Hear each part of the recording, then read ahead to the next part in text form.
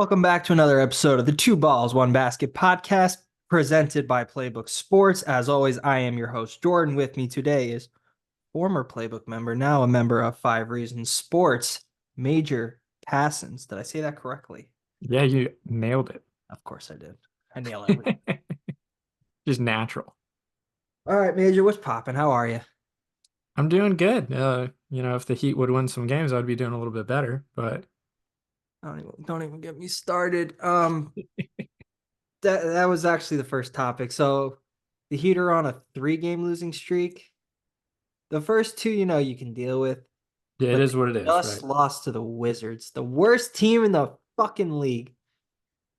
Are you worried about the team? Because like a losing streak at this point in the season is like detrimental. It's killing us. Right. What do you mean by worried? Are you worried? Like, Like they have no chance. They're not going to do it. well, they got a fucking chance. So the Miami Heat, their Eric Spoelstra's there, Yeah, Jamie. like They have a chance. But are you worried about seeding? Are you worried about their level of play once they get into the playoffs? I'm not worried about their level of play once they get into the playoffs. That I'll have to wait till the playoffs start. Now, if like game one or two happens and they're just playing terrible, that's when I'll like get worried of like, oh crap. But like seeding is what I'm kind of worried about. They have Mhm. a perfect opportunity to get that 4 or 5 seed. They're still not far back in that. So that's still an option, but like they should actually, they've blown 3 straight double digit leads. And yes, Mavericks and Nuggets are both really good teams. So it's like you lost those. Not a big deal in the grand scheme of things. Losing to the Pistons, especially blowing a double digit lead, unacceptable. But whatever. It happens. But like now they're the 8 seed. I know we had the Magic run in the play in. You just don't want to do that. You don't want to flirt with disaster. Jimmy Butler has a bad game, Bam has a bad game, and Trey Young just it's the 1 out of 10 games where he makes everything he shoots.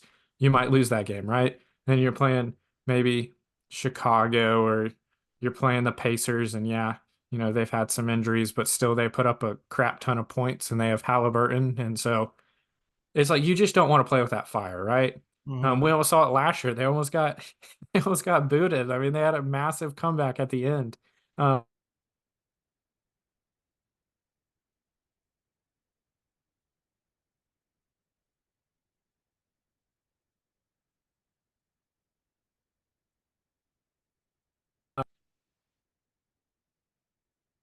if they end up in the 6th seed, that might be the best place for them to end up. Like if you're looking at seeding and playoff bracket, but it's absolutely idiotic to try to aim for a 6th seed. Like just win as many games as you can. That's the thing that sucks about getting to this point right now is because like yeah, they're in the AC, they're not far back, but it's like say they do go on a run. That run means nothing if the teams ahead of them win. Yeah. That's why I hate that they go through these injuries and like resting players and then they have those this little stupid spurt of like off games where they give these fucking leads away that games they should win. hmm And you get to a point where it's like it doesn't matter what you do. It matters what the people in front of you do. You could win out right now. But if Orlando keeps winning, the Knicks are ahead of us. If they Yeah. keep winning, I mean, we're lucky that they're also injured, but they're getting healthier. 76ers The even. 76ers, yeah, once they get Embiid back, who knows if they lose again? The Knicks are getting healthier. Brunson just came back. Randall's supposed to be back soon. I'm pretty sure OG Anunoby comes back next week. Like Mhm. these teams are getting healthier. That then leads into our next topic, Tyler Hero. We're not going to do the whole put him to the bench discussion. We're not going to do the, oh, should we trade him? I know you don't like it. I mentioned on this podcast, I mentioned on Twitter, I've mentioned everywhere. I'm not for trading Tyler Hero unless it's Yeah. for a clear night and day upgrade. Thank you. Thank you. I mean, I feel like that should be flat out obvious, but like Heat Twitter is ridiculous on this. That should not even have to be said, right? But while I think that, I also agree with some people when it comes to the point that, he's always injured. Granted, I said this on the last podcast with Ray. I don't classify him as injury prone because a lot of them, like their ankle issues. Like all NBA players have ankle issues, all NFL player, MLB player, it doesn't matter. You get those anywhere. But it always seems to happen at times where we need him every Yeah, they're the single time. weirdest ones. We need him right now. and he just keeps getting ruled out and out and out. And I understand, sometimes like you want to get him perfectly healthy for the playoffs. But if you keep flirting with shit like this, who knows if you make the playoffs? You kept him healthy for what? He's going to come back 5 games until the regular season's over. You're in a play-in game. It takes time to get that chemistry. Terry Rozier's finally just coming along without Tyler Hero. So who knows if he does this with Tyler Hero? You get too close to the end with that stuff, and you have to still make sure that works. And then what? It takes 2 games, and boom, you're out. Doesn't matter what happens. Yeah, exactly. You need him now. So availability is the best ability, or whatever that fucking saying is. You know what I mean? And he's not always available, and it sucks. Yeah. What do you think about this? Because I know, like I just said, you don't want to trade him unless it's for fucking Damian Lillard. Yeah, like I'm not trading Tyler Hero for role players. The fact that that's even been passed around numerous times, I don't care how much he gets hurt. You don't do that, right? We're not dealing with a Ben Simmons situation here. Like he's got a couple freak injuries, like him breaking his hand diving for a loose ball, and then people using that against him was just wild. Like that's what you want your player to be doing. He can do that 99 more times and he's never gonna break his hand. Like it's just a freak thing. Him going up for a layup and then landing on a guy's foot and turning his ankle. Oh, he's injury prone. No, that's just what happens when you jump and you're jumping as high as these guys jump, even on a floater, land on a guy's ankle and you turn and you have that bunch of body weight on it. Yeah, that's going to hurt and that's going to cause some problems. Now, he has had some legitimate injuries, and so not saying he never gets hurt. These are some freak things that like never happen. And they just keep seeming to happen to him. So maybe he's just unlucky. Maybe that means he is injury prone. Who knows? But it's like they're the weirdest things. It's not like he's just getting hurt in normal settings. Yeah, it's Now, not as like it's not like Derrick Rose back then, where it's like after the 2 major injuries, it was just like just every time you touch him, he got hurt. yeah, or like Ben Simmons again, like I love Ben Simmons. And so this is why I'm going to use an example. I'm not hating on him. I absolutely love the guy and I love the player. But No. it's like he can't play because he keeps getting hurt. He has serious issues. He is injury prone. And he probably needs to retire. Just I love the guy, and I know like anyone that has ever been in a group chat with me had the Ben Simmons conversation is probably just mind blown right now that I even said that. I love him, but basketball's not the most important thing. But going back to Tyler Hero is like it seems his foot, it was kind of happening, during the All-Star break. So I get they're holding him out. I mean, I think that means he probably can't play. I think it's real soon. But like the rotation's a big thing. Hero was playing really good with Rozier. He kind of changed how he was playing a little bit more off ball, shooting more of those floaters, shooting threes, two things he's really good at. He was just playing within the offense too. There was never really a time where you're like, Tyler Hero's hijacking the offense. He was doing exactly what he needed to do. I think that Tyler Hero is actually good enough to be the third best player on a championship team. And I know people won't agree to that, but I think that Tyler Hero was amazing. I agree with you. Now, it's Rozier wasn't playing at the level he's playing as now. So Hmm. I'm not concerned with Hero coming back and finding his role. I mean, he's been on the team for a while. It's him and Rozier together, but mainly Rozier. How is Rozier going to play while he's making shots, while he's having the ball a lot? Is he going to be used to sharing it a little bit more? I mean, as long as they have, I think 10 games. As long as they have 10 games, I think they can figure it out in 10 games. They need 10 games because, like we said with the chemistry, Spoelstra's also got to do his job. You got to figure out if you want to bench one of them. Don't see it happening. But then you No. have to decide, okay, Tyler usually played with Bam while Jimmy took a rest. Now they're doing the opposite. Now it's Terry's with Bam while Jimmy takes a rest. You have to decide which one of them you want to put with Jimmy because it's looking like both Terry and Tyler, they both have extreme chemistry with Bam. Hmm. Now it gets to the point of which one has the most chemistry with Jimmy. And we've seen that it's not really Tyler, at least in the I think it's Rozier. Yeah. it might be Rozier because when Jimmy's in there, he's looking to score. When he's not, that's when the team loses the big leads that they get at the beginning. Jimmy doesn't have to do that if he plays with Rozier because he's a different type of scorer than Tyler Hero.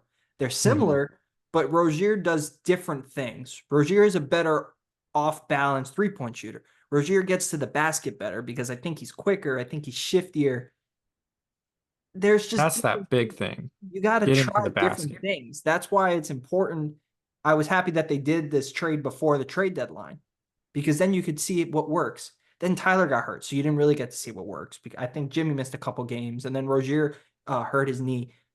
We're so unlucky with these injuries, and it's always to our guards, always. Yeah, I mean, it's been a couple years now that we've been the most injured. Even like, let's talk about last year's team, right? Like, people are like, oh, they were in the play-in. They weren't that good. They fell down. No, they just never got to play. Mm-hmm. Like, they had, was it the fourth most injuries? Off the top of my head, it might be more, it might be less. But it was around there, like top five most missed games due to injury.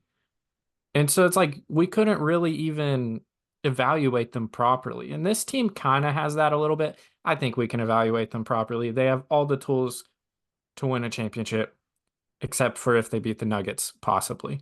Rozier adds that thing. Jokic, though, yeah, is Jokic. We won't be favored.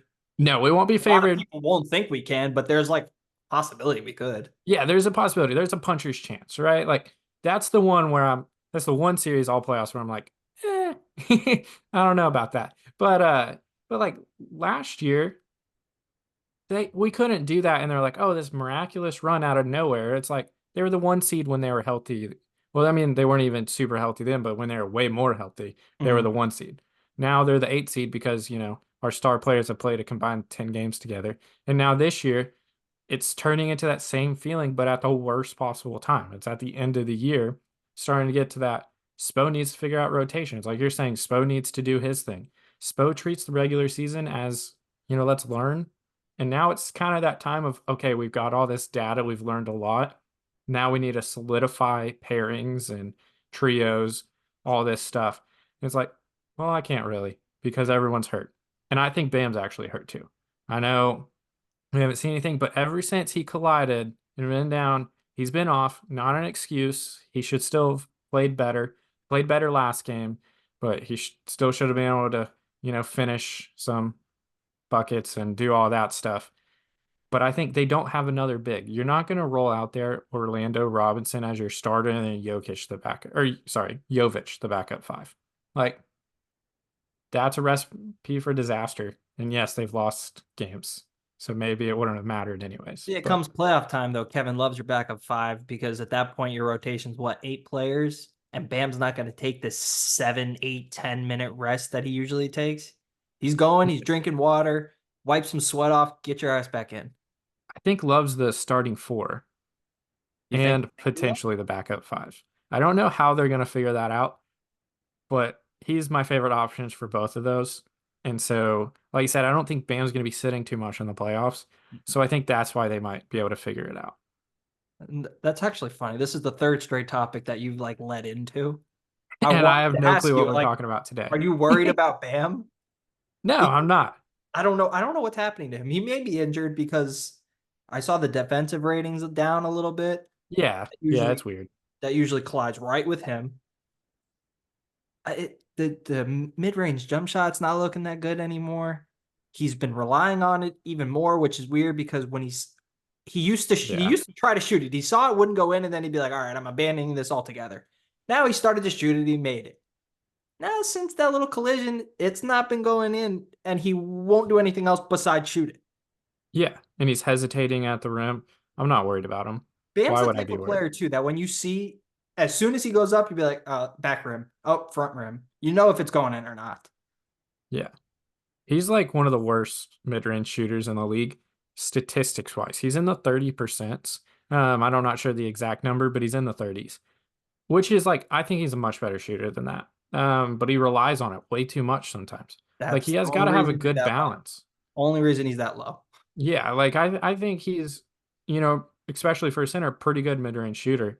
Mhm. But it's like, you see those games kind of like what you're saying is like, even kind of before this injury, they're just like, oh my gosh, dude. Like, hey, you can actually blow by this guy. Or you might be 6'9" or whatever he is, but like you're pretty powerful around the rim. You can back this guy down even though he has an inch or two on you. But he's like settling for a fadeaway, you know, shot at the free throw line or just hesitating and then pulling it. Is like when he's fluid, Bam's incredible on offense and defense. And the Wizards game might have been the worst defensive game of his career. That was That's when I embarrassing. thought he wasn't healthy because as soon as I saw Kyle Kuzma's stupid ass blow by him, I'm like, oh hell no, something's wrong with this guy. Yeah, I've never seen Bam just kind of standing there, not realizing the guy passed him. And I don't know if that makes any sense what I just said, but there was a couple of times where the Wizards just blew past him and he's like still in somewhat of a defensive stance and then just turns his head. And I'm like, what? I've never seen Bam do that. It's happened like 3 times this game. That's when I was like, okay, Bam, he might actually have something. Bam needs to understand that he is a top 20, maybe 25, you could argue. He's a top 20, 25 player. It's a top three center in the NBA right now. Mhm. You cannot get fucking 12 points and 8 rebounds. If you're not getting at least 20, 20 is the absolute floor of points, and 12 is the absolute floor of rebounds. If you're not getting at least those two, you're having a shit game, and this team is not going anywhere. Now I'm going to disagree, but I'll let you finish your point. I'll That was my. rebuttal. Okay. So I'm going to Don't say, disagree with me. no, so I'm going to disagree. Just for the sole purpose of he does a lot more than the stats say. No, And I like agree. it depends on the game. Now there are some games, like against the Wizards, they don't have a single center. You're missing Tyler Hero. Um, kind of other players aren't playing as good like your other star players. They're not doing what they need to do. You should step up. You should have 20 and 15. Instead, he had 16 and 16. But the big thing, if he had 16 and 16 on good efficiency and then played really good defense, I'd be like, okay, I'm satisfied with that. But if he's having 20 and 10 even or 20 and 15, but his defense is terrible, I'm still saying that's a bad game. And if he has 12 and 10 or 12 and 8, but his defense is just absolutely incredible, his defense wins the game, I'm like, okay, good game. I I'm more so I don't subscribe to everything, but I think Bam his playoffs stats aren't as good as a lot of people would like them to be. But if you watch the games, his impact is off the charts. That's kind of what I'm looking for. I want to after the game be like, wow, that was a great Bam game. And then I look at the stat sheet and sometimes I'm like, felt like he did a lot more than that. Like that's still a good game. The thing with Bam is though, we're paying him as if he is our second best player. And he And is. he is our second best player. And I know a handful of people that would argue he's our most valuable player. Jimmy's our Oh, best player, but Bam's our most valuable player. We can't do shit without Bam. the team would argue Bam's the most valuable player. The NBA would argue it. Everybody, Yeah. it's like a known thing. If you disagree with that point, you're an idiot. But that's what I'm saying. When you get paid like that, you're not paying a guy for 16 and 16. You're I paying, I get it. yeah, like there's a reason his scoring has gone up every year. I think he's probably averaging what, 20 now? I think he was at Yeah, like he's 20, averaging 20 and 10.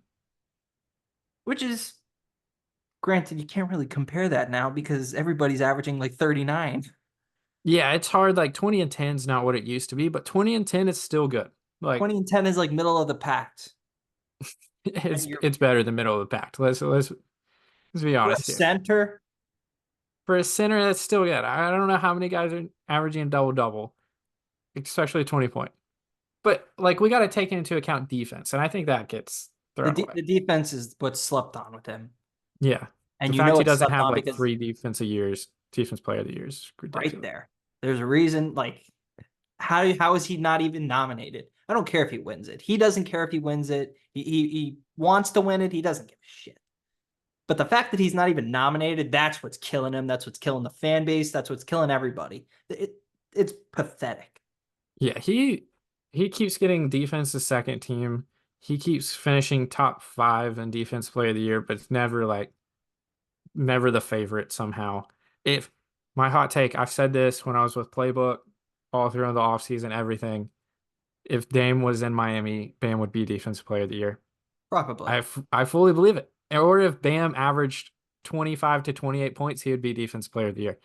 And that shouldn't be a thing, but I fully believe it is. Yeah, it's like you got to score 30 points a game to play defense. Like, Yeah, and like the only exception is like Rudy Gobert and other guys. But when they talk about defense, they're like they always mention offensive stats too. And I'm like, this is the dumbest thing. yeah, Where and they're I don't like think Rudy blocks. Gobert is a good defensive player. Like, it's pretty easy to play defense when you don't have to leave the paint, but Bam's leaving the paint. Bam's guarding at the 3 point line. Rudy Gobert sits on that block. If somebody comes in, he blocks it. Okay, we leave Bam on the block. Nobody's even going down there. That's the thing. Rudy's incredible at what he does. He is an incredible rim protector around the block, around the paint, incredible. But you get him out on that 3 point line, and I mean he's not good. Bam, people are like he doesn't have the blocks. Well, yeah, if he, I mean, shout out to Coop, writes for the Heat for NBA.com on Twitter. Y'all gotta follow Coop. But he's talked about he's elite rim protector, Bam, that is, as well as elite at stopping rim pressures and penetration. So people completely ignore that. Yeah, he doesn't have blocks because he doesn't let people get a shot attempt. Like it's crazy. And like, oh yeah, he got cooked by Jokic in the finals. What was he supposed to do? So does everyone else. Jokic was like falling down, throwing up. Like he was playing great. It's the same thing as Drew. Like saying Heat fans now that think Drew's a bad defender because they watched Jimmy go nuclear. Like what was Drew supposed to do? Like reasonably, Yeah, there's nothing. once Jimmy gets that look, there's no stopping him. Yeah, Only Jesus could stop him. yeah. Like Jokic is not being stopped by anyone when he's literally falling down and shooting, or zero point 0.3 seconds on the clock and he's heaving it over his head and it's nothing but net. Like it's not Bam's fault. So now I want to ask you. I've noticed that our rotation seems like it's kind of set. We got Tyler, Terry, Jimmy, Bam, and then I'm assuming it'll be Jovic. I doubt Jovic will play in the playoffs, so let's scoot him out. Let's throw Caleb in there. Do you think Highsmith gets any minutes? Because I've noticed that the rotation's been the same. Highsmith is plugged in here and there. DeLon has seen no minutes at all. They're throwing Patty Mills in before DeLon, which makes some sense against some teams and not much sense against other teams. I think against OKC, you put DeLon in, let him guard Gilgis, live with what happens. Yeah, I agree. That's probably your third best defender on your team, your best guard defender without a doubt. Yeah. What do you think? I pretty much just explained all that for nothing because it's not even what my question was. What do you think the playoff rotation is going to be? We know our five. We'll assume Caleb at four, even though you think it'll be Kevin. Yeah. I mean, Caleb, Kevin, one of them two. Both are in the rotation anyways. Um, I We'll mean, assume with we're count, going to go 90 because somebody's going to get hurt. so we got you mentioned Tyler, Terry, Bam, Jimmy, Caleb, Love. So now we're at six. Then Jaquez. You're playing high. He's got to be. Um, Duncan. then I mean, there's Highsmith who could play some. There's Jovic who could play some. Duncan. Don't ask me how I forgot about Duncan. I feel like the biggest, letdown to the Duncan hive. Um, You better hope Sean doesn't hear this. oh my gosh, yeah, that is. I mean, I've only been fighting for Duncan for 3 years now, and I forget about him in a playoff rotation when he's having his best season ever. This just doesn't make sense. Uh, See, the playoff rotation, it gets hard because it's like you have all these guys contributing right now, yeah, but we know it's going to get cut. yeah. So okay, all right. So let's restart. So we got Tyler, Terry, Bam, Jimmy, Caleb. Let's say those are the starting five. That's probably most likely. Then you Nice. got Love and Duncan off the bench. They have to play. Jaquez, in my opinion, has to be a part of the plans if he's having a rookie game. By that, I mean just a bad game that all rookies have. You can kind of cut his His minutes. leash will be shorter. Yeah, then you got Jovic and Highsmith that could play spot minutes depending on matchup. See, Then I you don't got, see Jovic playing at all in the playoffs.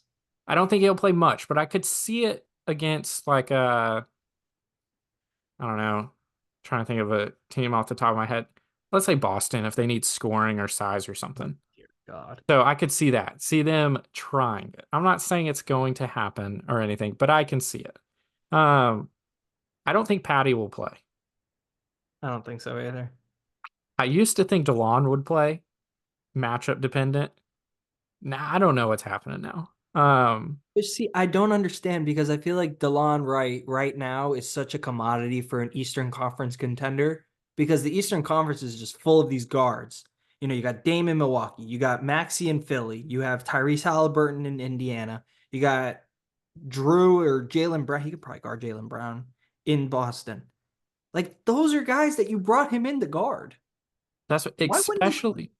especially Maxey and especially Halliburton. I Oh feel my like God! he's And then got Kyle Lowry, we can't let him ball against us.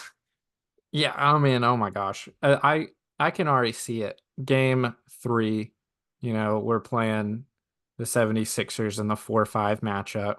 Game 3, Kyle Lowry has like 15, 10, and 5. And people are like, and Terry shoots like 3 of 15, and people are like, we should have never made the trade. Head I can through a already see wall. that happening. Head through a wall. That would be my nightmare. Oh, and I forgot to mention Jalen Brunson. Can't forget Jalen Brunson. A lot of respect to Jalen Brunson. Jalen Brunson's been cooking. That guy's so good. Yeah. So, I mean, it's just interesting. Playoff rotation's so hard. I don't because I think they have a lot of playable players, but a lot of it's circumstantial. So I think it's matchup to matchup. But you got 8 guys that are going to play no matter what. I do think he typically goes around 8, I think, but I do think we're going to have a ninth guy game by game. And I Um, think, see, that's where I think the player will change. That ninth player, I feel like mhm. we will go 9 deep, but every game that ninth player is going to be different. You know, Yeah, one day it's going to be Jovic. He'll play 10 minutes a game. he'll start that game too. Yeah, He either starts or he doesn't play. yeah, And then one game it'll be Highsmith. I see. I feel like Highsmith they're going to utilize a lot against Boston. yeah. I could see it. Then there's a series where I think I mean it just makes sense that it would be DeLon. Yeah, I don't see a world where it's Patty Mills. I don't see like he has that elite shooting, so maybe Duncan has having a really, really bad game or in a ton of foul trouble. That would be the So they only play Patty, but like substituting Patty for Duncan is not like the same. It's weird. no because Duncan provides more facilitating and everything, and he's playmaking. Patty gets to the rim, I guess, but it's like Pa- weird. Patty's more of like a substitute for like a ball handler. Like in my opinion, I think Patty's a decent ball handler. He's a point guard. But yeah, I think like the Duncan thing's weird. He doesn't offer the same stuff as Duncan, but Duncan's the also like a shooting. foot taller. That's also what I'm thinking. Like, I don't know. I feel like if you substitute Duncan for Patty or Patty for Duncan, sorry, you're extremely small. And I'm not saying Duncan's a big guy. Like, especially he doesn't play big, right? No knock on him. It's just he's a shooter and, incredible shooter. But it's not like he's like a big defensive stopper. Um, Patty's not either, but Patty's like how many inches shorter? Like I think five, Patty is 6 foot six, flat, and Duncan is 6'7" it's or like 6'8". 6'6", 6'7" around there. Yeah. So like that does make a difference. All right. Now, the last thing we'll talk about. This one doesn't have to be. We don't have to go deep into it. I've been ending the last couple pods like this. What's the ceiling for this Miami Heat team? Conference Finals, first round exit, NBA champions. I mean, I feel like I got to be true to myself here and say NBA champions. Okay, you're the Every, only. all any fans that I do have, which is like I know at least one, and that's Joey. He'd be disappointed if I said anything other than NBA champions because like I don't that's what know. I'm looking Joey's been for. real negative lately. I gotta kick that guy's ass. He has been negative, but everyone looks at me to be that hope merchant and that guy to never give up. So I feel like I gotta say NBA champions. I do believe it though. I do believe they could win the championship. I do. I have much evidence this year? No. All right, but I have much evidence in the past 4 years that they can surprise people, and I'm banking on that. If I didn't see last year's playoffs, maybe I would change my mind a little bit. Their floor is quite literally the first round. Like maybe even the play-in. this team is so when they're off, Their gosh. their floors don't even make the playoffs. Yeah, that's what I was saying. They're terrible when they're terrible. And when they're good, they are really good. And they have less holes than last year, I think. I think that Terry, especially against those really good teams like Denver, is going to make a big difference if, Lord willing, we make it to the finals and surprise everyone again. I'm gonna now. Joey will agree with you. He won't tweet it, but I know deep down he believes it. He's putting Yeah, on a little charade right now. I'm gonna agree with you. My floors they don't even make the playoffs because, like you said, when they're good, they're fantastic. When they're bad, you want to break your TV. you're blowing a 10-point lead to the Pistons or Exactly. 10-point lead to the Wizards. Sorry. Yeah. My ceiling is an NBA champions. My ceiling is they make it to the finals. I will gladly eat my words, and that's because I haven't seen Terry Rozier in a playoff setting with Eric Spoelstra and with a playoff Jimmy Butler. If Terry can make me eat my words, albeit I will make another podcast. I will do anything.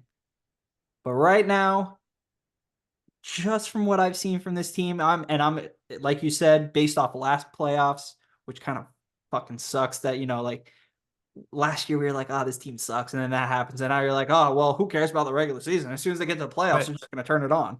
let's fix that. It's not we, it was y'all. I still trusted what I've seen the past 4 years. Not like everyone on Twitter that was freaking out. Oh, poo poo poo. I was actually accused of doing a bit for not giving up on the team. And I was like, no, I wish I could. I remember before you joined Playbook, I was like, God, he's so fucking positive. It's pissing me off. Like Yeah, after we lost the first play in game, and I'm like, ugh. This is like the yeah. Dolphins. Oh no, I was like, man, this is gonna be great. I love that we lost game 6 in hindsight, against Boston, by the way. I was like, everyone on Heat Twitter is like, no, all-time collapse. And I'm like, this is going to be the greatest thing ever. Not only does Boston now think they're about to win, so they're really high. I was like, we're about to shock the world again. Game 7, boom, incredible. I liked it in that sense. I hated when it happens because I was like, God, because listen, Major, I fucking hate the Boston Celtics. I know a lot of Heat fans do, but I don't just hate them because they're Yeah, like the rival. I fucking hate the Boston Celtics. I have an I'm irrational like, hate for them. there's Yeah, no goddamn way that my favorite basketball team is gonna make me watch another Celtics fucking basketball game right now. I hate it. I hate watching them. When we play them, I'm like devastated. I put on a little bit, my little hashtag fuck Boston days, which sooner or later will catch on. But yeah, like I was so pissed. But it was very fulfilling to destroy them in Boston for game 7. 100% worth it. Yeah. Yeah. All right, Major. That's all I got. Is there anything you want to say before I let you go? No, just y'all keep listening to the podcast and keep supporting Playbook. Yeah, make sure you follow us on Twitter at PlaybookSN. Visit our website, playbooksn.com. Shout out Major, shout out Five Reasons. Major, plug your Twitter for us too. My Twitter is just my name. It's at Major MAJOR _ Passons PASSONS. Yeah, dude's on a road to a millie. Yeah, long road, apparently. It's okay. I haven't even broke like 500 yet. I'm about 7. I'm around there. Okay. All right. I appreciate having you on, bro. All right. Thank you for having me.